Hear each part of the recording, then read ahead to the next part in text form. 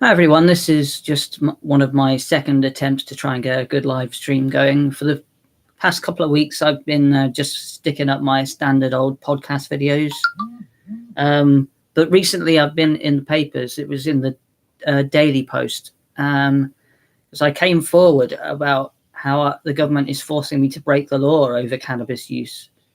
Because it's either I have two options. I can be a law-abiding citizen and not have anything to do with cannabis. But the fact is, I have brain cancer, and I know that THC in vitro studies shows quite clearly that THC can kill glioma cells. We've seen this from universities, our own universities, like St George's University in London. So it's not a secret, and this happens all the time in vitro. And I always find it a completely false argument. I don't know what I want to do with the kind of format of these live videos. Personally, I kind of want to have a debate with people who are still supporting prohibition, because the way I see it, it's kind of like you want me to die. You want me to just abide by the law, which would get me killed. The situation I'm in at the moment is I used to be quite conservative minded. I used to be at the opposite end of the debate before I was diagnosed in 2016. And well, it's changed a lot since then. I try my best to be a progressive now.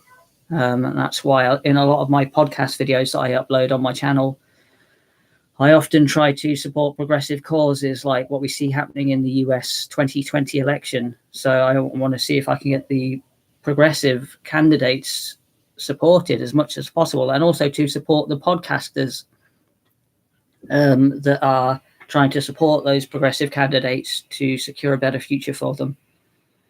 So one particular channel that I really like, he often does, I think, I'm not sure if he's doing live videos yet, but his analysis of Tulsi Gabbard's campaign is brilliant. I don't know the guy's name, unfortunately. He just says his name is Dave, I think, or James. Sorry, I couldn't remember what your actual name is, or I've never actually properly found out. But your channel is called Save America, Vote Tulsi Gabbard. And whoever that guy is, he's got perfect analysis of what's been going on with the 2020 campaign so far. He's kept the line that he's kept the highlights on where the corruption is still trying to seep in from the DNC, in terms of they keep on moving the goalposts. So the goalposts were initially for Tulsi Gabbard needs to get 65,000 unique donors to contribute to her campaign in order for her to meet the debate stage. And she smashed that target completely. Probably with a lot of help from this guy's channel. And when she got it, they just moved the goalposts again, and they say, no, actually, you're not accepted for the debate stage yet.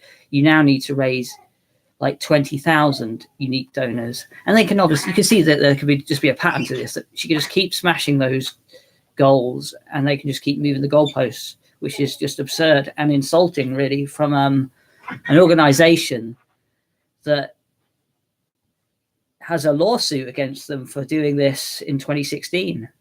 And their attitude at the hearing, where they basically said, well, we cheated, but we could have cheated worse. It's such a ridiculous excuse.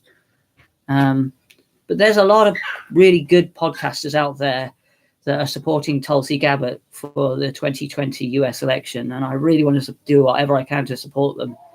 I mean, I've noticed that the most progressive podcasters out there, they're all rooting for Tulsi, and it's really upset the apple cart between the old what was considered to be the self-claimed home of progressives. So that's YouTube's largest progressive network, TYT. They kind of caused a problem a few weeks ago where Anna said that Tulsi, no, she's not a progressive. Just like interjecting on what Cenk Uygur was saying about her. And that caused a bit of a rift between them and Miko House, who's another great progressive podcaster that I'd love to support in any way I can.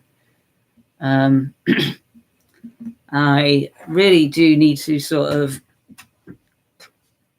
try and get an audience to understand what's actually going on with politics, both in the UK and in the US, because we're both struggling from the same terminal illness with our politics, which is neoliberalism. It's like that term, to me, it's a horrible sounding word. And it's probably just apt that it does sound terrible, because it means terrible things. I mean, we've been kind of living in a state of neoliberalism for the past 20 years in the UK, ever since this whole New Labour thing started off. It was kind of initially sold as a kind of slightly left-wing or moderate centrist way to get a supposed left-wing party into power. You know, you often hear things like Clause 4 and all that. I don't understand those terms myself, but all I know is that in the UK right now, there are 3 major parties, and it's often said wrong that there's only 2 major parties. Oh, you only have 2 choices. It's not true at all. You actually have 3 choices, because Labour is basically 2 parties at the moment. You've got one side of it that's progressive, wants to make people's lives better, and you've got another side of it which is regressive and moderate. They don't really stand for much. It's neoliberalism is what they would stand for, though. That's what their policies. Basically, it seems like when you don't stand for anything in politics, neoliberalism is all you've got left. Your policies tend to be that way.